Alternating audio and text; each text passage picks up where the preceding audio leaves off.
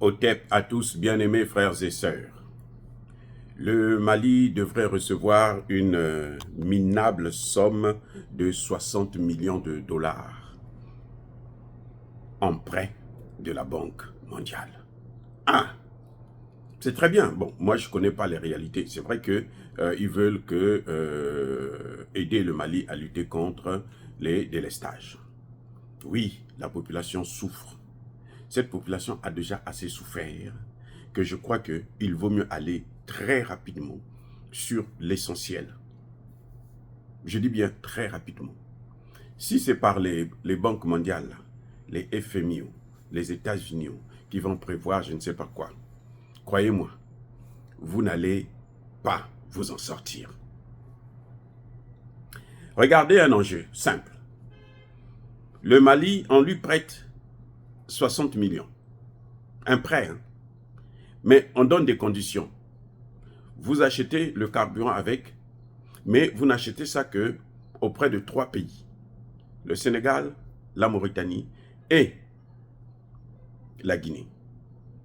La Guinée encore, ça peut se comprendre parce que la Guinée, bon, c'est un pays qui a aidé le Mali.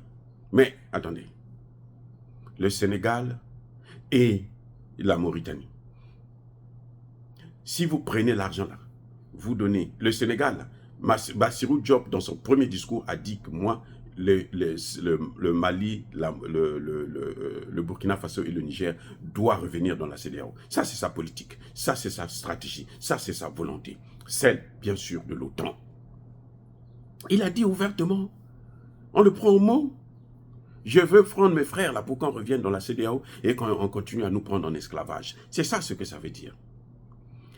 Ça, c'est pour le Sénégal. Maintenant, pour le cas de la Mauritanie. Au moment où nous parlons là, tous les grands terroristes viennent de la Mauritanie. Ceux qui sont en train d'opérer là, au centre du Mali, actuellement, ceux qui récemment ont failli attaquer, aller jusqu'à Caille, ce sont des gens qui viennent de la Mauritanie, qui sont formés là-bas, ils ont une base arrière là-bas.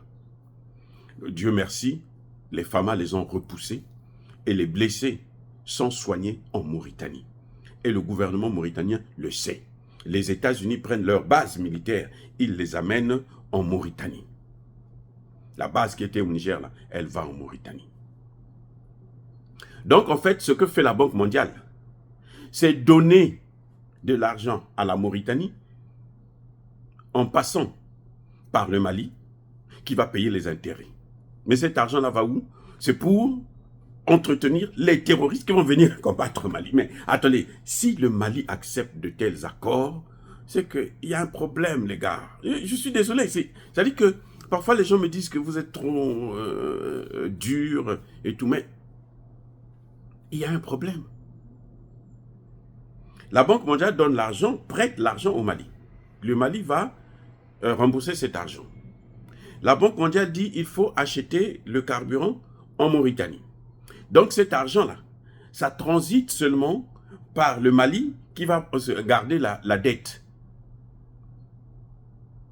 Mais ça va en Mauritanie, et de la Mauritanie là-bas, cet argent va repartir dans les mains des terroristes, qui vont venir tuer encore des Maliens.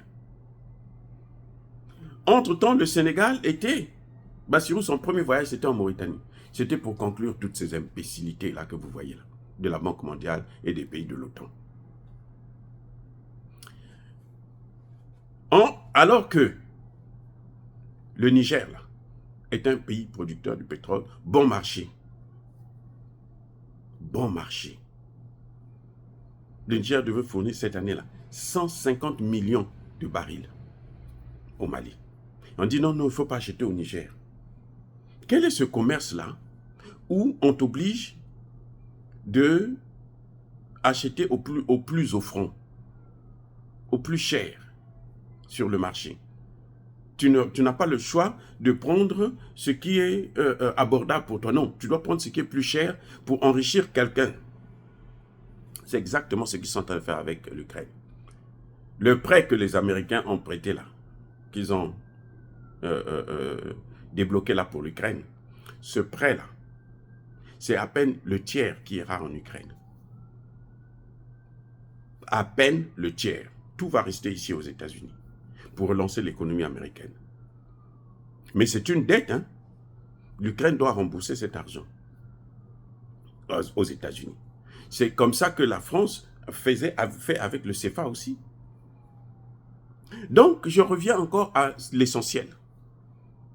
Si les pays de l'AES veulent se faire respecter, ils doivent oublier la Banque mondiale et le FMI, créer leur propre monnaie. Une monnaie qui est basée sur l'or. Point final. Il n'y a pas de devise de quoi. C'est l'or, c'est tout. C'est comme ça qu'on pourra s'en sortir. Mais si ce n'est que aller quémander l'argent. Monsieur Assimi Goïta, monsieur Choguel Kokala Maïga, toi qui fais des éloges aux Marocains, je vous informe que la Côte d'Ivoire, on est en train de casser des maisons. On est en train de mettre les Ivoiriens dans la rue à cause des Marocains. Ce sont les Marocains qui ont financé la déstabilisation de Laurent Gbagbo. Les Marocains au Congo-Brazzaville, ils volent les cadavres. Ça disparaît. À la morgue, ils volent les cadavres pour la vente des organes. Ils achèvent. Quand tu es encore mourant, là, ils t'achèvent, ils prennent les organes, ils vont vendre. Voilà ce que les Marocains font. Les plus chanceux, ils négocient avec eux pour acheter votre cadavre. C'est ça le Maroc. Donc quand Choguel est en train de louer, comme si c'était devenu, le Maroc était un dieu en Afrique, eh ben, il faudrait qu'il reparte. C'est un historien, il faudrait qu'il reparte pour voir l'histoire. Je suis désolé. Donc, c'est pareil pour le FMI et la Banque mondiale. Le FMI et la Banque mondiale sont des institutions financières qui sont là pour protéger le dollar. Et au moment où on parle de la dédollarisation, tout ce que vous entendez comme prêt là, c'est pour renforcer le dollar. Chaque prêt que nous faisons, c'est pour renforcer le dollar. Et pour sortir de ce cercle de l'endettement, la pauvreté et autres, eh bien, il faut absolument avoir votre propre monnaie qui n'est indexée que sur l'or, pas sur les devises étrangères, et encore moins garantie par les puissances occidentales. N'oubliez pas, M. Assimi Goïta, la France-Afrique et l'OTAN ne pardonnent jamais. Et ils n'arrêtent pas. Ils n'arrêteront jamais de vous persécuter. Cette guerre, c'est jusqu'à votre mort. Parce que même quand vous mourrez là, s'ils ont l'occasion de vous humilier, ils vont vous humilier encore. Mort, ils vous humilient. Vous avez vu ce qu'ils ont fait de Kadhafi? On l'avait raté dans les années 90. Ils sont revenus. Ce qu'ils ont fait, avant de le tuer, on l'a traîné dans les rues libyennes. On l'a traîné dans des obus, là où il ne pouvait jamais se retrouver. On l'a humilié d'abord et on l'a assassiné. Et le sort qui vous est réservé, croyez-moi, si vous continuez à jouer avec eux, c'est ce sort-là. Et pourtant, Kadhafi était devenu l'ami de la France, l'ami des États-Unis. Il a donné tout son arsenal militaire aux États-Unis.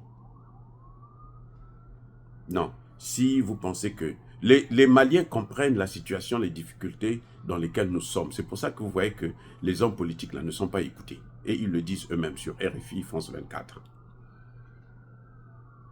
Donc arrêtez de jouer avec la vie des Maliens et la vôtre même.